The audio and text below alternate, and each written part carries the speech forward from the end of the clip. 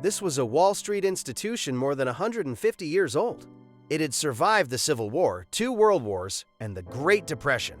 And then, in a single weekend in 2008, it collapsed, becoming the largest bankruptcy in American history and nearly dragging the entire global economy down with it. This is the story of Lehman Brothers and the financial crisis that shook the world. Lehman Brothers was one of the most powerful investment banks on the planet. It helped companies raise money, traded complex financial products, and made enormous profits doing it. For years, it seemed unstoppable, a titan of global finance. But to understand how it fell, you first have to understand the trap it walked into, a trap built out of houses, debt, and greed. Stick around because this is the story of how the whole financial system nearly broke. It starts with the American housing market.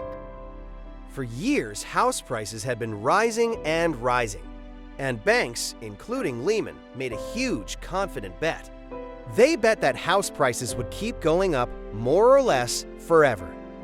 So they poured enormous amounts of money into home loans, including risky ones given to people who might struggle to pay them back. These were the now infamous subprime mortgages. Here is where it gets clever and dangerous. The banks didn't just hold these loans. They bundled thousands of mortgages together into complex financial products and sold them to investors around the world as safe, profitable investments. As long as people kept paying their mortgages, everyone made money. Lehman went all in on this game, borrowing enormous sums to buy more and more of these mortgage-related assets. It was hugely profitable until it wasn't, because the fundamental bet was wrong. House prices did not rise forever. Around 2006 and 2007, they began to fall. And as they fell, people started defaulting on those risky mortgages, unable to pay. Suddenly, all those complex financial products stuffed with home loans began to lose value fast. The safe, profitable assets on Lehman's books were turning toxic, worth a fraction of what the bank had paid. And here was Lehman's fatal weakness. It had borrowed astonishing amounts of money to make these bets. For every dollar of its own, it had borrowed many more. This is called leverage, and it works both ways.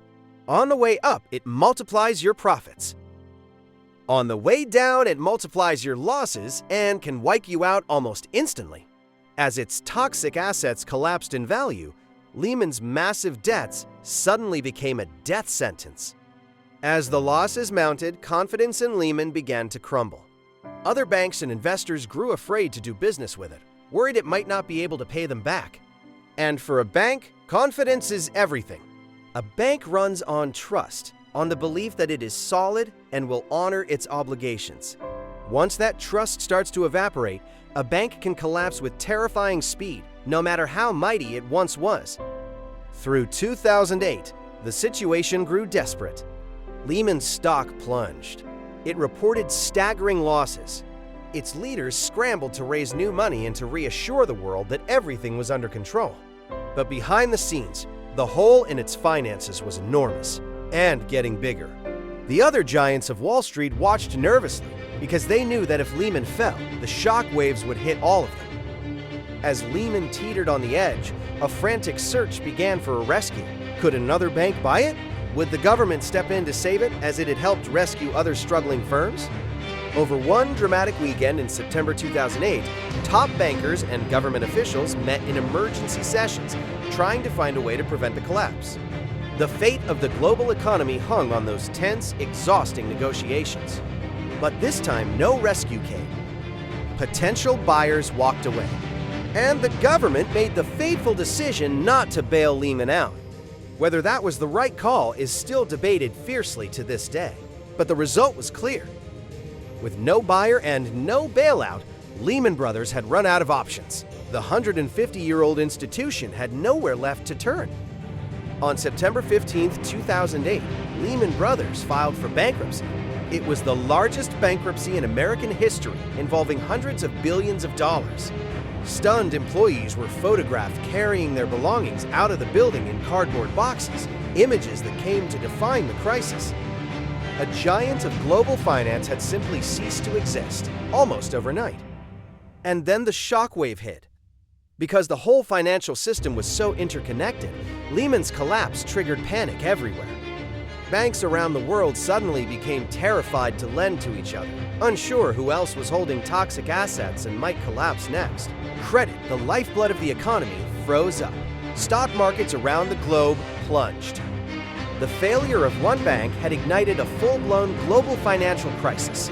The consequences spread far beyond Wall Street, into ordinary lives everywhere.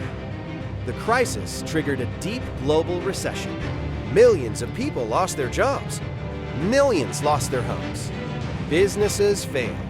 Retirement savings evaporated. Governments were forced to spend enormous sums bailing out other banks and trying to stop the economy from completely collapsing. The pain touched nearly every country on Earth. In the aftermath, the world scrambled to understand what had gone wrong and to prevent it from happening again. Governments passed sweeping new regulations to make banks safer, to limit the reckless borrowing and risk-taking that had caused the disaster. Lehman Brothers became the ultimate symbol of the 2008 financial crisis, a permanent warning about greed, leverage, and the dangers of a financial system built on impossible assumptions. So what is the real lesson of Lehman Brothers? The first is about the terrible danger of too much borrowed money. Lehman used enormous leverage to boost its profits, but that same leverage destroyed it when its bets went bad. Debt magnifies everything, the wins and the losses. When you build an empire on borrowed money and risky assumptions, a single shift in the wind can bring the whole thing crashing down. The deeper lesson is about confidence and interconnection. Lehman fell partly because everyone assumed house prices would rise forever, and partly because the whole system was so tangled together that one failure threatened all of it. It's a reminder that in finance and in life, the assumptions everyone takes for granted are often the most dangerous of all. So, the question the story leaves us with is this: when everyone around you is certain the good times will never end, are you wise enough to ask what happens if they're wrong? If you enjoyed watching this empire fall, subscribe, because next time, we've got another giant that never saw it coming.